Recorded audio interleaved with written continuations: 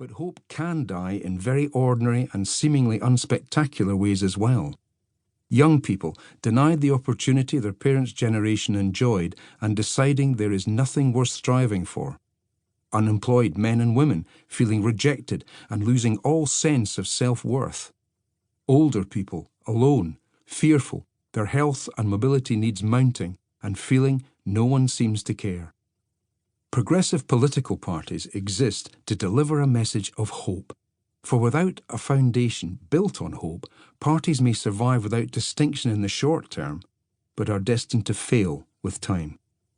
Perhaps it took me too long to understand fully another essential dimension of leadership, that any idea, big or small, is of little significance until it can be communicated compellingly and in clear terms. I had the privilege of meeting Anthony Burgess at the Edinburgh Festival in the early 1980s. His novel, A Clockwork Orange, was released to critical acclaim in the UK in 1962, and his publisher sold the rights to the US. Then the American publisher decided to release the novel without the 21st and final chapter, and it was this attenuated version of the text that became the basis for Stanley Kubrick's 1971 film. From the moment he agreed to the US deal, Burgess anguished over the deletion of the final chapter. Chapters 1 to 20 told a tale of never-ending violence, but chapter 21 was about redemption, about a young man who had gone off the rails suddenly finding, as he was about to become a father himself, that there was a better way to live. To his lasting regret, Burgess's vision of a more optimistic future never reached a wider audience. In politics, you not only have to do what is right, but you have to convince the wider audience. In this book, I write of the greatest test that I faced as Prime Minister, the gravest financial crisis of our lifetime, and one which could have rapidly gone critical in the form of a sweeping global depression. That did not happen, and through unprecedented cooperation worldwide in a plan for recovery, growth quickly returned, unemployment started to fall, and people's savings were secured. But I wish that in the midst of all that I was doing to forestall a depression, I had been able to do more to lift confidence and to convey hope.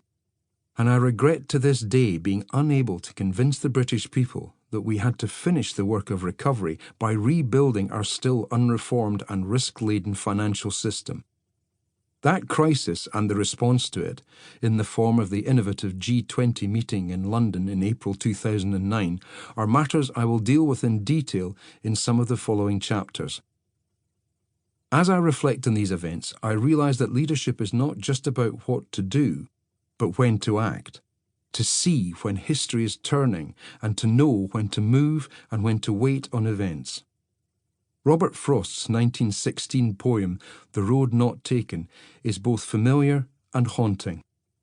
Two roads diverged in a wood, and I took the one less travelled by, and that has made all the difference.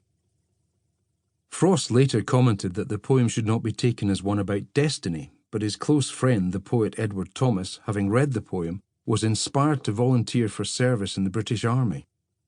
Thomas died in the trenches after only 2 weeks in France. He had concluded that life brings momentous choices which, once taken, define your whole future. In politics, you can never assume that the old ways will do.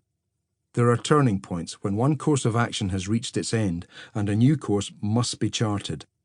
It requires judgment. Sometimes what is reported as good judgment is, in fact, simply good fortune. But at other times, the opposite is true. It was said of Abraham Lincoln that, with his party sometimes a fragile coalition, and in the rapidly fluctuating political and military complexities as the Civil War raged and moved towards its climax, he never took a step too early or too late. Like most politicians, I cannot claim to have always seen the writing on the wall, good or bad. In my 13 years in government, there were many turning points, some fundamental, others less important. In the chapters that follow, I write about the times when it was right to act, from making the Bank of England independent in our first days in government in 1997, introducing tax credits to address child and pensioner poverty in 1999, refinancing the NHS with the biggest...